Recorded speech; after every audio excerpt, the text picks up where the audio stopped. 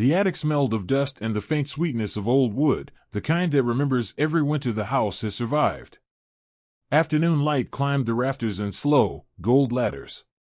Somewhere below, the kettle began to hum. He heard the soft clink of cups, his daughter, June, moving carefully in the kitchen because she knew he was up here with the boxes that held the years like fallen leaves. "Take your time, Dad," she had said, touching his sleeve before he climbed the narrow stairs. "There's no rush." He had nodded but said nothing.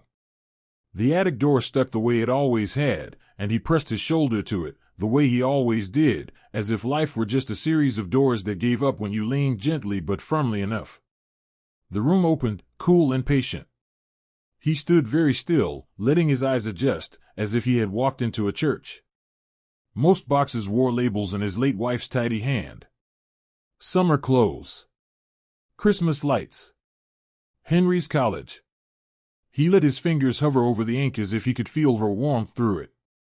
The word Henry was half smile, half sigh on the cardboard. He swallowed and knelt beside a small wooden trunk he hadn't seen in years. It was the size of a bread box, with a brass clasp that turned stiffly. When he lifted the lid, the hinge squeaked the way a small bird complains before it sings. Inside lay a folded wool scarf, faded to a gray that had once been storm blue. Beneath it, a stack of postcards bundled with twine. And under the postcards, an envelope, cream-colored, sealed shut, the edges soft with time. On the front, in a slanted, eager script he recognized like you recognize your own reflection even after decades, a sentence waited. "To the man I hope to become. age 25. Open when you are ready." He sat back on his heels.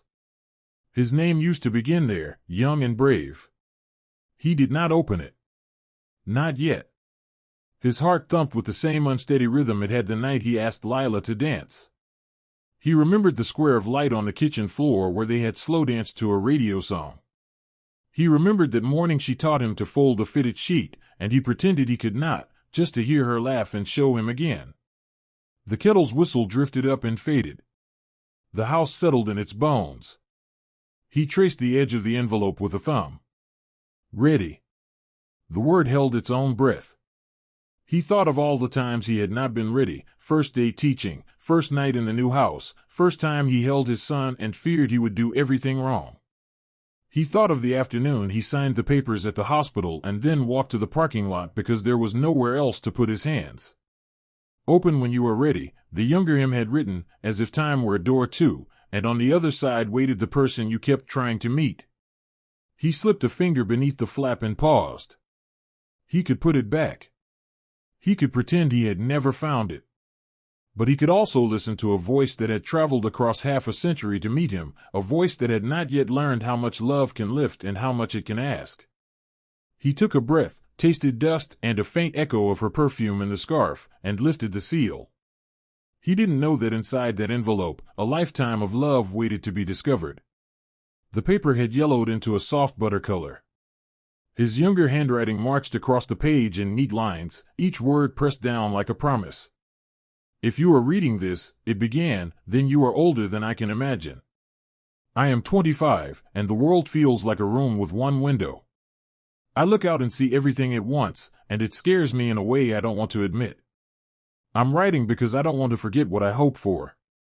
I'm writing to you, me, so you remember the things that will matter when the noise fades."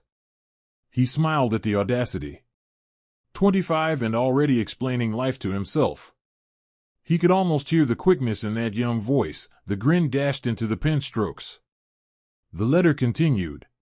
First, about love. Don't let the big moments trick you into thinking they are the only ones that count. Today I walked 2 blocks out of my way to see Lila at the bakery where she works Tuesdays. I didn't buy anything. I just wanted to watch her wrap the bread like she was tucking in a child. I think love is going to be like that, a small, daily choice, a gentle leaning toward. I want you to keep leaning, even when you are tired, even when it would be easier to turn away. He saw her in flour-dusted light, the soft slap of dough on wood, the way she would tie the string and bite the end to tighten it, her eyes finding his and making the whole street feel like a living room. He swallowed and kept reading. Second, the younger him wrote, about time. Everybody says there isn't enough of it, but they waste it like water. If I ever have a child, I want to be there for the little things, the wobbly bicycle, the school concert, the way they look at me when I walk in the door. If work asks you to trade those moments for a promotion, count the cost twice. Show up. Even if you're late. Even if you don't know what to say. Show up. He remembered a season when he had not. The job had stretched him thin, the commute had eaten the edges of his patience. He had missed a game. Then another. He had told himself it was only for a little while, and little whiles have a way of turning into long winters. He closed his eyes and pictured his son in a too-big jersey, scanning the bleachers. He moved his lips around the word sorry, feeling it land again in the same old place, tender but healed. The letter's voice softened. Third, forgive. Not because people earned it, but because you cannot carry that weight up every hill. Forgive your father for his silence, even if he never learned your favorite book or how you take your coffee. Forgive yourself for wanting to be admired. Forgive Lila for the things she will say when she is scared. Forgive the weather for ruining picnics, the dog for chewing your only good shoe, the door for sticking. I don't know why, but I think forgiveness is how we keep our hearts from rusting. Rain ticked faintly on the attic window. He wondered when it had started. He listened, feeling the soft pins of it, each drop a tiny permission. Fourth, the young hand wrote, keep learning. When something breaks, try to fix it. Take apart a radio and put it back together. Learn to bake a cake even if it sinks in the middle. Learn to say I was wrong without wrapping it in excuses. Ask Lila to teach you how to waltz in the kitchen. Keep a book by the bed, a notebook in your pocket, and curiosity somewhere you can reach. He saw himself at the kitchen table, glasses crooked, a small screwdriver in hand as he coaxed sound back into an old transistor. He heard Lila's slow count, 1, 2, 3, as they turned between the chairs, the soup simmering, the window fogged, the city beyond it a gray sweater pulled over their shoulders. The letter paused, then turned toward the light with the quiet bravery of a candle. And last, for now, stay open to wonder. Watch the sunrise even when you think you're too old to be surprised by it. Let music catch you off guard. Tell the people you love that you love them, say it enough that you don't have to reach for it when goodbye comes. I don't know when that will be. I only know that if you practice wonder, goodbye will sound less like a door closing and more like I am fading into another room. He stopped, breath lodged in his throat, and looked down at the bottom of the page. A final line waited, a sentence that had run out of room or time. The ink trailed off, a bridge unfinished. If you ever feel lost, go to the... He turned the page. Blank. He checked the envelope, the back, the floorboards, as if the rest of the sentence might have slipped away to hide somewhere warm. Nothing. He held the letter between both hands and felt the weight of what the young man had tried to say and then hadn't. It wasn't like him to leave things undone. The attic dimmed with a passing cloud. The rain grew steadier, a soft drum above the house. He read the letter again. He could hear the young man breathe. He could feel the impatience of him, the hope. He could also feel, through the paper, a kind of map drawn in invisible ink. Go to the... Where? He folded the pages with care and slid them back into the envelope, leaving the flap open as if the letter might still be speaking. He tucked it into his shirt pocket, over his heart, and stood. Without quite choosing it, he knew he was going to follow the missing words wherever they led. The house watched him put on his raincoat like a friend that had seen every season with him. June called up the stairs to ask if he wanted tea now, and he said he would be back soon, and she said okay in that soft way grown children do when they are careful not to hold their parents too tightly. He stepped onto the porch. The rain smelled clean, the sky a low, forgiving gray. The maple in the front yard shook its leaves as if to say, yes, yes, go. He tried the places that lived under the skin of his life. The old train station where he had once bought 2 tickets and then, at the last minute, decided the destination didn't matter if Lila wasn't in the seat beside him. The bench was occupied now by a teenager scrolling through a glowing world only he could see. The station air was coffee and wet newspapers. The words didn't land here. He drove by the river. The water moved with a steady purpose that made him feel both small and included. Years ago, he and Lila had walked this path and thrown bread to ducks that were always hungry and always content. He stood under the footbridge and listened to the rain widen the circle of each drop. Go to the... What? The river offered no answer, only its patient going. He turned onto the street where the bakery had once held the smell of morning. It was a hardware store now. The bell over the door had a different voice. He stepped inside anyway and stood where the counter had been. He remembered her hands tying the neat bow.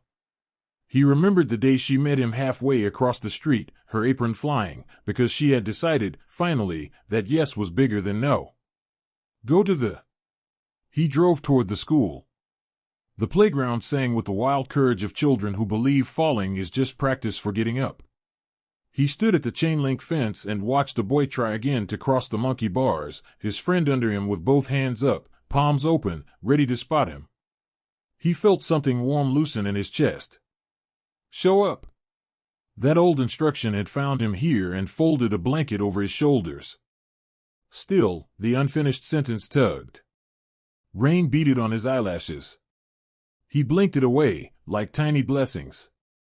He turned onto the narrow road that led to the cemetery without thinking too hard about it, the way a hand knows to reach for a switch in the dark. He parked beneath a shy willow and walked to the stone that knew his name and the name that had made the house a home. The grass around Lila's stone was tidy. June kept it that way. He knelt and brushed away a few leaves and rested his palm on the cool marble. He did not speak for a while. The rain pattered on the umbrella, the willow whispered. He took out the letter. The paper had warmed to him. He read the last line again, the one that stopped at the edge. If you ever feel lost, go to the... He closed his eyes and let the years run backward, the way you rewind a tape with the pad of your finger when you don't want to overshoot the song. He saw Lila at 22, head thrown back, laughing so hard she clapped once, that small, delighted clap she never noticed she did. He saw the kitchen window at dawn, the square of light their feet had learned like a map. He saw the oak tree in the yard they had planted the year the roof leaked and they fought about money and then fell asleep back to back, a little hurt, a little stubborn, a little safe. He saw the church where they had said the words that built the life. He saw the county fair, the rickety Ferris wheel, the terrible hot dog they shared because they thought every year needed one bad decision. And then he saw it, clear as a photograph, the small stone at the base of the maple, the one they had set crooked on purpose so the lawnmower would always skip it. Under it, years ago, he had buried a tin box at the insistence of a woman who loved small ceremonies. For treasure, she had said, and he had laughed, and she had shushed him with a kiss and the kind of look that told him to take her seriously exactly because she was teasing. He stood at once, an old man moving with a young man's certainty. He drove home the long way, because the long way can be kinder when your heart is running. The rain had softened to a mist that made the streetlights wear halos. June looked up from the kitchen table when he came in, her face a question. He kissed her head and said, "Just a minute," and went to the yard. The maple stood with the calm of something that had grown through storms and breezes alike. He knelt in the damp grass and found the stone. His fingers, clumsy with cold and excitement, pried it up. The tin box was there, its lid rusted in the corners. He carried it to the porch and sat on the steps and lifted the lid slowly, the way you lift the edge of a memory you are not sure you're ready to see. Inside lay a folded piece of paper tied with a pale blue ribbon. His breath stuttered. The ribbon could have been dated yesterday, it could have been a century old. He untied it. The paper opened to his wife's handwriting, steady and graceful, a hand that had written grocery lists and birthday cards and the note she left on the refrigerator the day he found out he had gotten the job. "Of course they chose you. Now come home so we can celebrate." "Dear H," the note began, and his eyes blurred before he even read the next line. "If you ever feel lost, go to the light." He closed his eyes and felt the warm square of it, the morning sun through the kitchen window spreading across the floor. He could hear the kettle, the radio, the paw click of the dog they had loved. He could see their feet, the way they had learned to move together without stepping on toes. Go to the light. I'm probably the one who left your sentence unfinished, her note continued. You started that letter here at the table, remember? The pen ran out and we laughed because even your words refused to keep going until we refilled them. If you're reading this now, promise me you'll stand in that square and let the morning bless your old bones. Promise me you'll let the kettle sing you awake. Promise me you'll let the memories show you what is still true. His mouth trembled into a smile that felt like relief. He looked up at the kitchen window, where June moved through lamplight that could have been sunlight if he wanted it to be. The maple hissed softly behind him, rain slipping leaf to leaf. He read the last lines out loud so the night could hear them too. Here's what I know, Lila had written in her gentle certainty. You loved me with the small, daily leaning. You showed up more than you think you did. You forgave me and yourself. You learned to fix the radio and say I was wrong. And even now, I hope you still stand at the window some mornings and say, wow. If you ever feel lost, go to the light. I'll meet you there. He sat very still. The porch boards held him up the way they always had. The ache in him didn't leave. It changed shape. It became something he could carry with both hands, like a loaf of bread wrapped in paper and tied with string. He went inside. The kitchen was warm and smelled like tea and lemon. June looked at him and knew he had found something. He stood in the square of light, lamplight now, but it would do, and he closed his eyes and let it fall on his face. When he opened them, he was both the young man with ink on his fingers and the old man with rain in his hair, and he was also simply a person standing in a room where love had taught him how to be himself. He didn't sleep much that night. It wasn't worry, it was a good kind of wakefulness, the kind where the past and the present sit side by side and trade stories quietly. He made tea and pulled a chair to the table and spread the two letters before him, the one he had written to his future, and the one Lila had written to guide him back when he drifted. The house creaked as if settling in to listen. He took a clean sheet of paper from the drawer. He smoothed it with both palms. He wrote at the top, in his careful older hand, to the boy I used to be. Then he crossed that out and wrote, to the boy I still am. Hello, he wrote. You were brave to write to me. You were also a little full of yourself, but I love that about you. You wanted so much to do right. You worried you would not. The truth is both happened. You did right, often. You missed things, sometimes. You forgot what mattered and then remembered, the way you set down your keys and have to retrace your steps, but you find them, and you laugh at yourself, and you go on. He paused and listened to the radiator's soft ticking. Outside, the rain had gentled itself into a hush. He continued. You were right about love. It was never one grand gesture that saved us. It was the way we cut apples for each other and left the last slice for the other person. It was the way we argued and then one of us would say, I'm sorry, I was scared, and the other would say, me too, and we would find each other again. It was the way we kept a blanket near the couch because movies always pretend living rooms are warmer than they are. It was the way Lila told me to take an umbrella and I rolled my eyes and then took it and then needed it, every single time. He smiled at the memory, felt the small ache where the smile touched the grief, and decided this mix was not a mistake but a proof. You were right about time. I missed some games. But I learned to show up for others. I made it to the band concert that mattered. I drove across town on my lunch break to watch a 10-minute race because the look on my son's face when I waved was a thing I wanted to carry to the end. I learned to leave work a little undone so I wouldn't leave my people undone. It wasn't perfect. It was practice. Practice is a kind of love. His pen moved without hurry.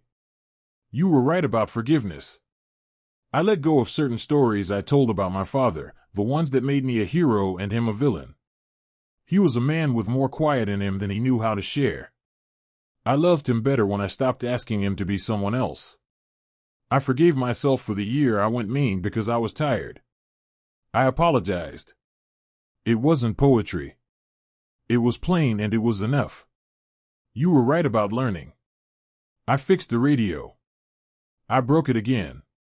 I learned to make a lemon cake that still sinks in the middle but tastes like summer. I learned to say I was wrong earlier so it didn't have to drag its feet into the room and take a long time being awkward. I learned a little Spanish because the neighbor's granddaughter taught me, and we laughed at each other's accents. He looked toward the window, where dawn was beginning to think about happening, a small gray attention gathering. And you were right about wonder. It saved me more times than I can count. I said wow at the first snow each year as if I had never seen it. I said wow when a robin stitched a nest under the eaves with things I thought were trash. I said wow when my grandson learned to whistle, which isn't even useful but feels like flying to a child. I said wow every morning the light made a square on the floor and invited me to step into it. He signed the letter, with love, from the man you taught me to be, and then added, P.S. You left a sentence unfinished. It ends like this: if you ever feel lost, go to the light. It could be a window. It could be a person. It could be the small voice in you that says, try again. Follow that. He folded the letter and slid it into the wooden trunk beside the old one. He tied both with the same pale ribbon, because it pleased him to think of someone finding them together someday and understanding that time is not a straight line but a circle laid gently over itself. The house woke slowly. June patted in, hair pulled back, eyes soft with sleep. You're up early, she said, reaching for the kettle. Couldn't sleep, he said, and it wasn't a complaint. They stood in the square of morning together, the light falling on their feet. He handed her the first letter, and she read, and he watched her face shift the way the sky does just before the sun climbs. She held the paper to her chest when she got to the unfinished line. He gave her the tin box. She opened it. She read Lila's note and pressed her lips together and laughed a small, wet laugh. Grandma, she said, and the word was a blessing that moved across the room and settled in the chair where Lila used to sit with her tea and her book and her patience. They didn't say much else. They didn't need to. The morning spoke for them, the radio murmuring, the kettle sighing, the bird outside testing one clear note. He felt the clean edge of peace move through him, not tidy, not permanent, but real. Later, he would take a slow walk and notice the cracks in the sidewalk shaped like little maps. He would wave at the neighbor who always wore a red hat no matter the weather. He would pick up milk from the store and a lemon for the cake he still couldn't quite get right. He would call his son and listen more than he spoke. He would put the letters back in the trunk, not because they were finished with him, but because they had already done what they came to do. For now, he stood in the light and let it work on him the way warm water works on cold hands. He felt the young man in him nod, satisfied. He felt Lila's hand slide into his the way it always had, not from outside him, but from the place where love goes when the body is tired of carrying it alone. He breathed in and out and thought, I have been taught by the years and by the people I loved and by the small tasks that never end. He looked at June and said, we should write to ourselves more often. She smiled and set 2 cups on the table. The steam rose in little flags. The day began in the plain, steady way good days begin. If this story touched your heart, subscribe for more forgotten letters and timeless memories. Have you ever found something from the past that changed how you saw life? Share your story in the comments. Your words might comfort someone else. Thank you for listening with such a kind heart. Please like the video, subscribe, and until we meet again.